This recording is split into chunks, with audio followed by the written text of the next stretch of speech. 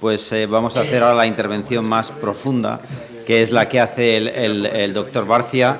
El profesor Barcia es jefe de servicio de neurocirugía del Hospital Clínico San Carlos.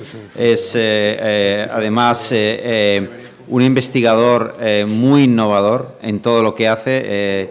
Muchas veces a la medicina peca de no arriesgarse en sus aproximaciones y ser muy conservadora en establecer nuevos protocolos, pero realmente cuando uno se encuentra con médicos en general como los que hemos tenido hoy aquí, pero en particular con un neurocirujano que siempre está muy abierto a las posibilidades de realizar investigaciones, son muy novedosas. Sobre todo, quizá yo destacaría algo muy importante, es que la revolución que está protagonizando el doctor Barcia en el sentido de la estimulación es usar el concepto de redes, no usar un concepto de una idea localizacionista de un lugar del cerebro que hay que estimular porque tiene una función. No, el doctor Barcia está estimulando núcleos y redes que sabe que modifican conductas complejas, como nos va a enseñar hoy. Así que es todo un placer y todo un honor, Juan, tenerte hoy con nosotros. Muchas gracias. Muchas gracias.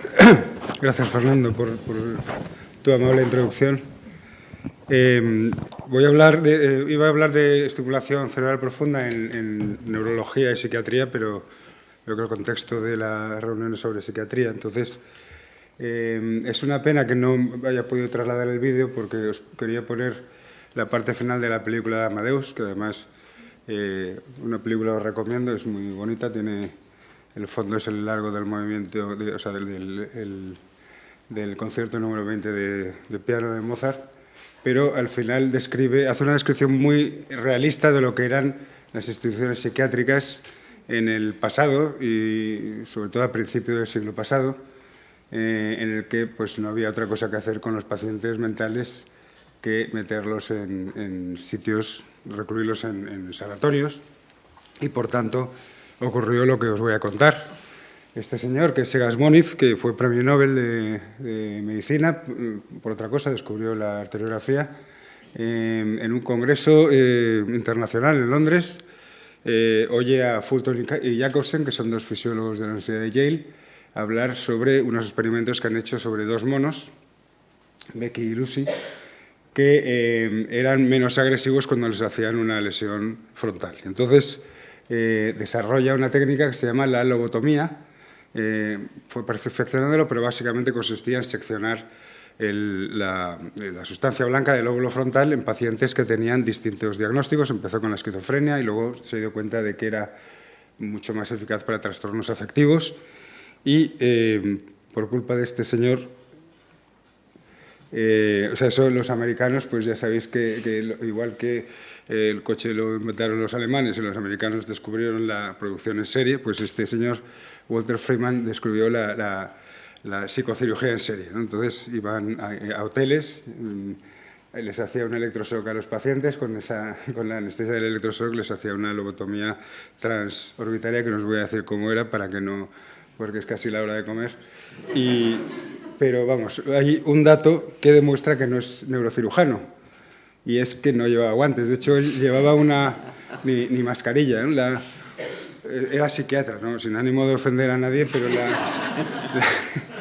Bueno, el caso es que Pitts, que era su compañero, desapareció, no quiso saber nada, pero las indicaciones eran cogidas por las pinzas, muchas veces por motivos casi políticos, y esto produjo una reacción en la sociedad, que también no sé si habéis visto el libro sobre el nido del cuco, que por una serie de manifestaciones artísticas en la música y en la literatura y en las manifestaciones populares hizo que el número de cirugías, esto es un trabajo que hicimos hace unos años, el número de cirugías que había en el mundo pasó de ser súper entusiasta a desaparecer prácticamente en los años 70, con el nacimiento de la antipsiquiatría y con la aparición de fármacos antipsicóticos y con la reacción social ante estas, locuras o entusiasmos Mientras tanto, la neurocirugía fue desarrollándose, se desarrolló el concepto de estereotaxia, que es una manera de hacer lesiones de manera muy puntual en zonas muy concretas del cerebro. Se desarrolló la radiocirugía, que es una forma de hacer estas lesiones incluso sin hacer heridas en el cráneo, con rayos muy colimados.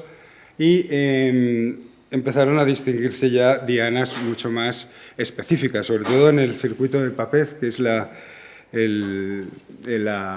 digamos, el sustrato de la emoción, el sustrato vamos, es parte central del sistema límbico, y se diseñaron distintas lesiones muchísimo más pequeñas que las lobotomías, pues por ejemplo la capsulotomía anterior, cingulotomía, bueno, en fin, no voy a detener en cuáles son distintas lesiones en el sistema límbico, y descubrieron que en distintas indicaciones, por ejemplo, en el trastorno obsesivo compulsivo, y os pido perdón porque está en inglés, no tengo tiempo de traducir, pero en fin, el trastorno obsesivo compulsivo, la capsulotomía anterior tenía una efectividad del 50%, cingulotomía también sobre el 47%, la leucotomía límbica es una suma de las dos lesiones y era un poco más eficaz, tratotomía subcutánea 53%, pero en otra enfermedad que no tiene nada que ver, que es la depresión, no tiene que ver que está también posiblemente su mecanismo es también límbico, pero vamos, es otra enfermedad.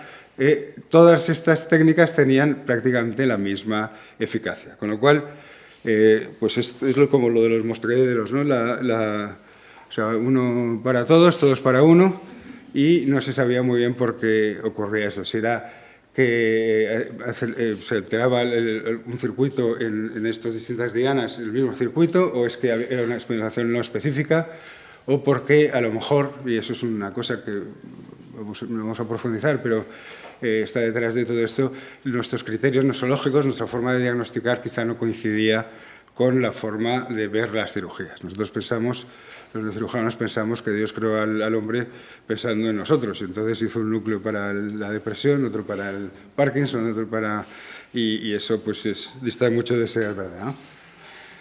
Pero lo que realmente ha puesto en marcha la nueva cirugía psiquiátrica, que ya no es... O sea, psicocirugía es un concepto erróneo porque no estamos operando el alma, estamos operando el cerebro para tener efectos psiquiátricos, es la aparición de la neuroestimulación, que consiste en un electrodo, que no se ve, un electrodo que va directamente a una zona concreta del cerebro, que produce una estimulación muy precisa, y que está conectado con un cable que va por debajo de la piel a un generador parecido a un marcapasos cardíaco y que produce una estimulación eléctrica que puede ser, como antes decía Elena, puede ser según los parámetros, estimuladora, inhibidora.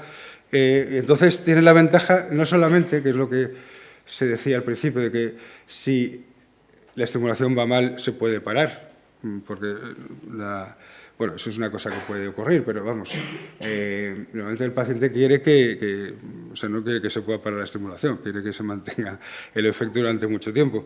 Pero tiene la ventaja de que se puede modular, se puede cambiar la frecuencia, la intensidad, la anchura de pulso, se pueden conseguir distintos efectos. Bueno, total. Entonces yo os voy a intentar demostrar que no las enfermedades no se curan, no curamos enfermedades, pero los síntomas de las enfermedades psiquiátricas se pueden modular con estimulación eléctrica en el cerebro, pero vamos a ver cómo, porque cuando se introdujo la estimulación también aparecieron varias dianas. Son dianas que muchas veces son fruto de la elucubración del neurocirujano, del psiquiatra, o otras veces son hallazgos casuales. Otras veces están, por ejemplo, la diana que Lozano hizo para la depresión está basado en hallazgos de PET. Pero en general esto era un poco como el juego de los barquitos, ¿no? Vamos a buscar qué dianas son mejores y cuáles son peores. Estas son las indicaciones que aparecieron, esto es del año 2013, ahora las indicaciones son... O sea, estos son los estudios que están en fase 1, fase 2, fase 3... y solamente hay una indicación que está aprobada, que es el trastorno obsesivo compulsivo, y ni siquiera esta es posible que está en revisión porque no tiene todavía el efecto que se desearía, ¿no?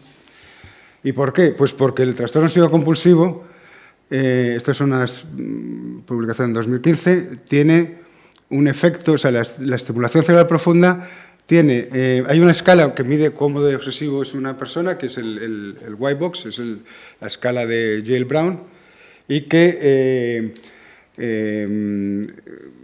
es un criterio, la reducción por debajo del 35% en el white box es un criterio de curación. Entonces, la estimulación produce una reducción del 47% y una reducción del 58%. Entonces, es algo parecido a lo que veíamos con las lesiones. Esto, en todos los estudios, esto es un metaanálisis que se hizo sobre distintas dianas de distintos autores.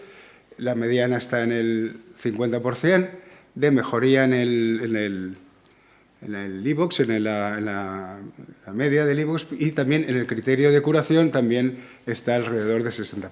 Entonces, esto lo pongo porque, hablando de esto, una vez un neurocirujano dijo, no, pues yo he participado en un estudio que van todos bien. Entonces, este es el estudio, la reducción, 45% de mejoría a los 12 meses y 60%. O sea que seguimos exactamente igual que antes, ¿no? Es decir, la probabilidad ahora mismo de curarse si uno tiene un trastorno obsesivo-compulsivo y se opera es igual que la de sacar cara tirando una moneda al aire, lo cual suena muy mal, ¿no? O sea, bueno, es mucho teniendo en cuenta que estos pacientes son pacientes resistentes a todo tipo de tratamiento con un alto riesgo de suicidio y con una alta incapacidad. Pero para un neurocirujano el 50% sabéis que somos un poco chulos y esto no nos gusta, ¿no? Entonces, analizando, para no hacer la historia larga, hicimos con el profesor López Cebor un estudio para ver qué lado era el mejor para estimular, y al final llegamos a la conclusión de que no era un problema de si se operaba un lado u otro, sino era un problema un poco más complejo. Básicamente el problema es que en los congresos el inventor de la diana A, que es el núcleo accumbens, pelea con el inventor de la diana B, que es la cápsula interna, sobre cuál es mejor diana, la mía o la tuya, pero para todos los pacientes. Todos los pacientes la misma diana. Y en psiquiatría pues no pasa eso, ¿no? En general el cerebro pues, es un órgano muy complejo, ¿no? Tenemos la tendencia a pensar que es un órgano homogéneo, ¿no? Pero ya Javier Felipe ya nos ha contado que hay muchísimas neuronas y cada una se dedica a una cosa distinta. Y entonces pensar que a todos les cabe el mismo traje pues es un poco infantil, ¿no? Entonces, en el caso del trastorno obsesivo-compulsivo hay 4 dimensiones de comportamientos que son distintos. Unos pacientes tienen ideas de contaminación y se lavan, otros coleccionan cosas, otros tienen ideas de simetría y ordenan, y otros tienen ideas absurdas o digamos, prohibidas y están continuamente comprobando cosas. Entonces, si nosotros cogemos a estos pacientes y los metemos en una resonancia magnética y les enseñamos fotos de sus propias compulsiones, imaginad uno que se dedica a lavar todo el día, si le enseñamos esta foto, lo que le puede pasar, ¿no? Entonces, pues cada uno activa una zona distinta de la corteza prefrontal. La corteza prefrontal es muy grande y está especializada. Los que se lavan activan la corteza ventral, o sea, prefrontal ventral. Los que comprueban la corteza frontal dorsolateral. Los que coleccionan la corteza orbitaria.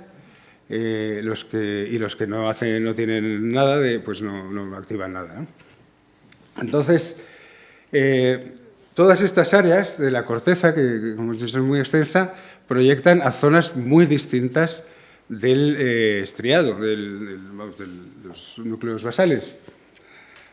Con lo cual, si nosotros siempre estimulamos en el mismo sitio, que es el núcleo accumbens, ¿por qué no nos sorprendemos de tener solamente el 50% de buenos resultados? Tendríamos que tener incluso menos. Lo lógico sería estimular a cada paciente en el lugar donde tiene la zona de estimulación. Y esto, Elena antes hablaba de personalización en el tratamiento, pues esto va sobre personalización de dianas en el tratamiento del trastorno obsesivo compulsivo. Entonces hicimos un estudio un ensayo clínico prospectivo, controlado, doble ciego, que consistía en colocar un electrodo de esta forma y a los pacientes y luego hacer una estimulación aleatoria de cada uno de los contactos y la evaluación por un psicólogo que no sabía si estaba encendido o no y a qué grupo pertenecía. Había periodos de lavado para evitar que hubiese solapamiento de las estimulaciones. Y básicamente lo que hacíamos era esto. O sea, primero hacíamos este test que se llama el test de Mosley, que lo inventó un español, Matthijs Cols, que estaba en ese momento en el King's College. Obteníamos la imagen de activación y luego colocábamos el electrodo, estimulábamos cada electrodo de forma aleatoria, o sea, con una secuencia aleatoria, o sea, todos los electrodos, pero en órdenes aleatorios, y comparábamos el resultado clínico y qué pasaba con dónde estaba el punto ideal. Entonces, primero, vimos que si siempre se estimula en el mismo sitio, el número o sea, la reducción de iVoox era del 24% y los respondedores del 42%, que era lo que decía la literatura. En cambio, si coges el mejor punto, obtenemos un 85% de buenos resultados. Es decir, que hay una diferencia clarísima entre el electrodo clásico, digamos, el cañón y el electrodo seleccionado para cada paciente. Pero luego vimos que si comparábamos el punto de activación mejor con la conexión tractográfica, es decir, utilizando tractografía, que es una técnica para ver las fibras en el cerebro, conectábamos las zonas de hiperactivación con el electrodo que era mejor, también había una correspondencia, de manera que el mejor electrodo siempre tenía más conexión o sea, más conectividad con la zona de hiperactivación. Y esto coincide con cosas que han publicado otros. Por ejemplo, este es un estudio que compara dos dianas para el trastorno obsesivo compulsivo, pero ve que los efectos neuropsicológicos, el perfil neuropsicológico mejora en los aspectos ejecutivos mucho más cuando la diana tiene conexión con la corteza dorsal frontolateral y en los aspectos más afectivos cuando tiene conexión con la frontal frontomedial, vamos, Es decir, que la diana ideal no está en un núcleo determinado, que es lo que pensábamos antes, ¿no? Pues núcleo accumbens o el cápsula interna, sino que está en el circuito apropiado que puede estar localizado en cualquier núcleo. Es decir, que yo puedo estimular en esta parte del estriado y tener un efecto sobre la corteza más dorsolateral y estimular en esta parte del estriado y tener un efecto sobre la corteza orbitofrontal. Y esto es un poco el mensaje que queremos mandar. Los síntomas de las enfermedades psiquiátricas se pueden modular con estimulación eléctrica del cerebro, pero se tiene que identificar el circuito específico apropiado, y esto era la diapositiva para dar paso a Fernando, que con esto pues, nos hubiese ilustrado mucho mejor. Yo no sé si... Bueno, esto es la gente que ha trabajado con nosotros en el Hospital Clínico, que es donde hemos desarrollado todo esto, y bueno, pues ya está. Muchas gracias.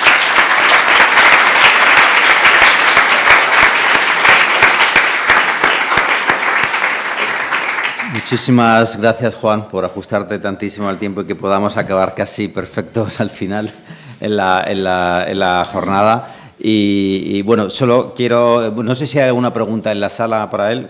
¿Tienes ahí una pregunta? Juan, ¿tienes una pregunta? Te van a preguntar. Bueno, o sea, te tienes que quedar ahí, sí. Es una pregunta un poco general. Bueno, buenas tardes, soy Nicolás, soy un estudiante de neurociencia en el Instituto Cajal. Y para mí es una oportunidad estupenda estar rodeado de investigadores que, además de hacer investigación, sois clínicos, porque llevamos toda la mañana o gran parte de la mañana hablando de cómo identificar y cómo intervenir sobre diferentes funciones cerebrales que al final subyacen en circuitos concretos, circuitos que en su abordaje implica una resolución celular, si no estoy equivocado, cosa que no he visto a lo largo de casi toda la mañana. Entonces, ¿de qué manera se podrían aunar esfuerzos para que aquellos investigadores que sí tenemos una resolución celular podamos acceder a toda esta información tan maravillosa que nos estáis brindando? Porque creo que al final puede que sea lo más resolutivo, ¿no? No sé, yo te voy a nombrar Sí, ministro igual te ha de tocado. investigación porque... Bueno, esto ya se inventó con la creación de centros multidisciplinares. Por ejemplo, nosotros trabajamos en un instituto de investigación clínica, que Fernando está trabajando con nosotros, en torno al hospital clínico.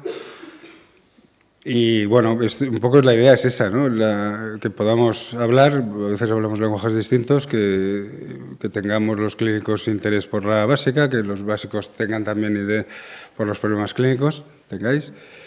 Pero bueno, luego en la práctica tiene sus dificultades, porque pues, lo ideal sería trabajar todos juntos. En el fondo, pues todo esto que os he contado es un desarrollo de varios años, de muchos problemas, muchos dolores de cabeza. Conseguir pacientes es dificilísimo. Conseguir la financiación es, vamos, tienes que estar aplicando muchísimas veces, convencer a los...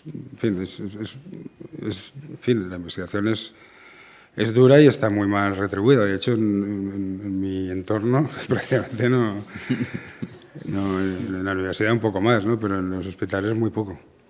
No, yo creo que es muy interesante tu pregunta. En realidad, o sea, si el poner información de diferentes niveles de análisis en un mismo concepto es algo que falta. De hecho, Javier se animó a un artículo que escribimos juntos intentando justamente eso, ir desde la neurona hasta los datos de macroescala de magnetoencefalografía, intentar hacer un modelo pasando por modelos animales, neurofisiología animal, registros más de poblaciones, intentar hacer un modelo de una enfermedad tan compleja como la enfermedad de Alzheimer, y al final pues llegábamos a una conclusión común. Lo que tú estabas pidiendo, pues que en los diferentes niveles de análisis había una coherencia de la información desde la neurona hasta la macroescala, pasando por los circuitos, ¿no? O sea, que lo que tú estás pidiendo tiene muchísimo sentido. No se hace habitualmente porque estamos un poco clusterizados en ciencia, ¿no? Nos clusterizamos. Tú estás en el Cajal, yo estoy no sé dónde, el otro está no sé qué, y entonces no es fácil intercambiar información. Yo hasta hace poco estaba con Javier en un piso abajo y era más fácil, ¿no? Pues comunicarse por la escalera, pues y intercambiar este tipo de información. Así que esos contactos entre diferentes sistemas y de niveles de análisis es esencial. O sea, que está muy bien traída tu pregunta. Pues ánimo. Sí. Por complementar, ¿no?, lo que estás diciendo, ¿no, Fernando? Que para lo que planteas es psicoorganismo, es básicamente... Sí, le podéis pasar el micro, porque como se está grabando el audio, si puedes pasarle... Gracias. A ver, lo que estás planteando es investigación translacional, ¿no? Y realmente es muy importante, pero sí que es verdad que no hay una estructura, por ejemplo, como es el CiberSam, ¿vale? Y quizás sí que habría que pensar en una estructura translacional que facilite la comunicación entre lo que es los clínicos y los investigadores básicos, ¿no? Una idea, yo también estuve una pequeña estancia de investigador en el Instituto Cajal de 3 meses, una estancia corta con Torres alemán, ¿no? Y allí estudiamos el IGF-1, por ejemplo, ¿no? Y ayer en un congreso nacional de TDAH en Portugal resaltó muchísimo la idea de la diabetes, ¿no?, como una patología tanto tipo 1 tipo 2 muy relacionada con el TDAH, y cómo la insulina, y probablemente a través del IGF-1, pues probablemente ejerce una acción directa, es decir, que nuestro cerebro tiene receptores insulínicos. Entonces, pues eso es una idea que lógicamente se tiene que basar a lo básico, empezar con modelos animales de hiperactividad, pues en ratones o en otro modelo animal que exista, y luego pues se puede trasladar a tal. Pero sí que es verdad que hay yo no conozco de una estructura como el CiberSam, que yo creo que es probablemente la gran figura por ejemplo, en salud mental. Creo que no son los nombres propios, sino que si el siglo XX va a quedar en la investigación española es por el desarrollo de la investigación en red. es el paradigma de nuestro tiempo, ¿no? Y sí que es verdad que ese tipo de estructura podría ser interesante pues, para facilitar la comunicación entre investigadores. Muy bien. Álvaro tiene una pregunta ahí al fondo. Gracias. Yo quería preguntar en qué se parece y en qué se diferencia, bueno, perdona que te tutle, tu ponencia con la de la doctora Muñoz, porque yo veo neuromodulación, ánodo, cátodo, estimulo, deep brain stimulation. ¿Cuál es la...? O sea, habláis de los dos, merece la pena. No, bueno, se parece mucho porque intentamos modular la actividad cerebral. Difiere, yo creo que en la invasividad, que los no invasivos lo venden como una gran ventaja y los neurocirujanos lo llevamos muy mal porque, claro, nadie quiere hacerse un agujero en la cabeza, pero no es para tanto, ¿no? Sobre todo si uno se va a curar de una enfermedad como... pero luego lo que perdemos, digamos, en digamos, poca invasividad, lo ganamos en precisión. Es decir, que nosotros estamos estimulando, vamos, el producto tiene 1,5 milímetros de diámetro, perdón, 0,5 milímetros de diámetro y 1,5 de longitud. Entonces, podemos estimular zonas muy precisas del cerebro. En cambio, bueno, no sé si estás de acuerdo, Elena, pero con la corriente... la estimulación eléctrica transcraneal pues estimula grandes áreas de la corteza. Y de hecho, yo creo que se me oye. Sí. De hecho, a nosotros, si ellos dejan de hacer estimulación cerebral profunda, nos hacen una faena bastante importante, porque la mayor parte de los estudios, a la hora de determinar dónde estimulamos en la corteza, nos basamos en estudios de eficacia de estimulación cerebral profunda y de dónde se está estimulando, cuáles son las conexiones corticales, o sea, cuál es el área que tiene mayor conectividad córtico-subcortical con las áreas que ellos ya han demostrado que es eficaz la estimulación cerebral profunda. Porque lo que dice él es más invasiva, pero es mucho más precisa. Y nosotros lo que intentamos es, por ejemplo, tenemos un proyecto en Alzheimer que lo que hacemos mediante el método de la semilla para saber qué áreas corticales están más conectadas con dos áreas específicas subcorticales que se han demostrado en estimulación cerebral profunda que funcionan, para hacer la estimulación justo en esas áreas.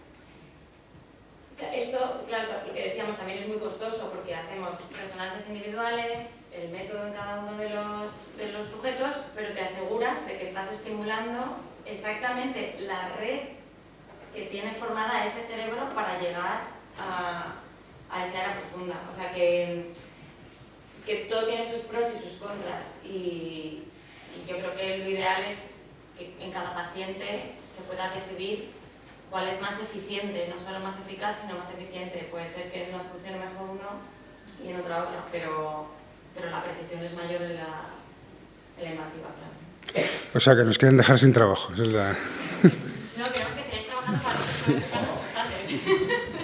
Juan, una pregunta más que te quiero hacer. O sea, el cambio que estáis haciendo con la estimulación cortical profunda en realidad es un cambio de una neurocirugía resectiva a una neurocirugía funcional. Y eso es una revolución desde el punto de vista de la intervención. Es un concepto completamente distinto. Es no intentar destruir, sino intentar construir una nueva red. El uso de técnicas como la resonancia que tú nos acabas de poner antes para encontrar dianas terapéuticas tiene complicaciones. La estimulación que podéis hacer podría ser a frecuencias específicas. Lo digo porque quizás las técnicas de neurofisiología que pueden encontrar redes a diferentes frecuencias podrían ser un salto más en encontrar no solo el lugar, sino encontrar la frecuencia, porque las áreas conversan a diferentes frecuencias. Entonces, ¿crees que esto sería algo relevante? Sí. Hombre, vamos, es completamente relevante y el punto es muy interesante.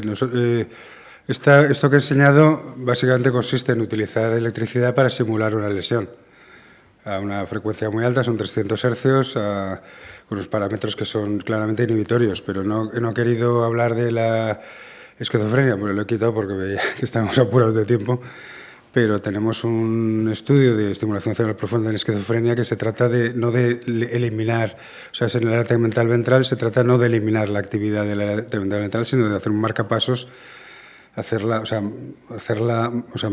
no sé si la palabra es correcta, marcapasear, en inglés sí, pero en español no sé, a una frecuencia tónica de actividad, que es lo que vemos que, vamos, os lo contaré otro año que haya más tiempo.